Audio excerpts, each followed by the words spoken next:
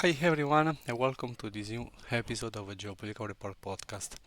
I'm John Bifolchi, your host and SpecialEurasia research manager. Today, I want to discuss with you the Kremlin strategy to increase the influence in Eurasia and also in Africa and Latin America thanks to its military navy. Last news is that Russia and Egypt held joint naval maneuvers. As part of strengthening naval cooperation between Russia and Egypt, the ships of the Russian Pacific Fleet conduct a joint exercise with their Egyptian counterparts in the Mediterranean Sea. This information was disseminated by the Minister of Defense of the Russian Federation. The Russian Air Force were represented by the missile cruiser Varyag and the frigate Marshal Shapochnikov, while the Egyptian Navy was represented by the frigate Al-Qadir. During the exercise, both of the parties practiced the coordinated formation and naval formation, maneuver value tactical orders, establish communication, ensure take-off landing of deck-based helicopters. This is not the first time during this year that Russia held a joint naval exercise or maneuvers with partners or possible future strategic allies. Indeed, the Russian naval group, consisting of the cruiser Varyag and the frigate Marshal Shapochnikov, set out a long voyage from the main base of the Pacific Fleet in Vladivostok at the end of January 2024. During the voyage, Russian military vessels visited India, where they had a joint military exercise called the Milan 2024. They took this kind of naval exercise took place in the ports of Sri Lanka and Qatar. The ships also took part in Maritime Security Bolt 2024 together with the Chinese and Iranian navies, strengthening the cooperation between Moscow, Beijing, and Tehran. After that, the Russian crews crossed the Gulf of Aden, the Bab el-Mandeb Strait, and entered the Red Sea. Here, the Russian Ministry of Defense also communicated that several Russian military vessels arrived in Cuba and an unofficial visit from June 12th to June 14th, four Russian warships were in the port of Havana, the capital of Cuba, in front of the United States.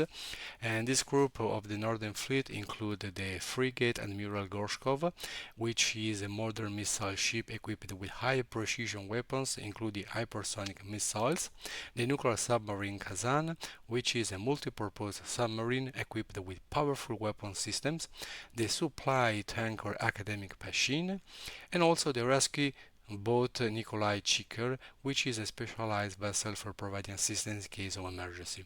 Why does it matter? This matters because, as you can see, thanks to this fleet, Russia is extending its influence, presence, contact with countries in Asia Pacific. First of all, China, but also in India, Sri Lanka, and Qatar. Then in the Red Sea, thanks to the recent military drills and naval drills with Egypt, and also in Latin America.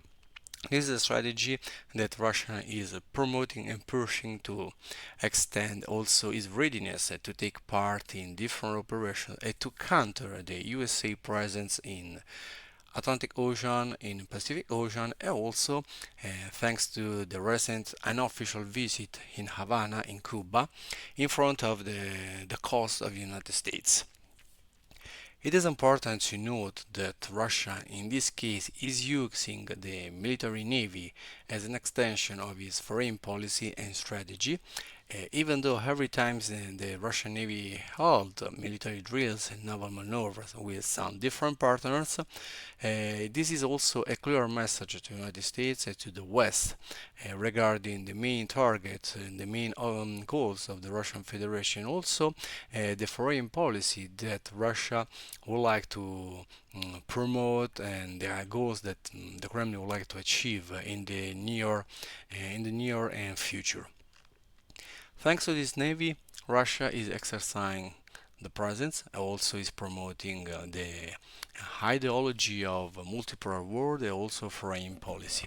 So now we know that Russia is also engaging with Egypt, which is a strategic country in the North Africa and between the Mediterranean Sea and the Red Sea.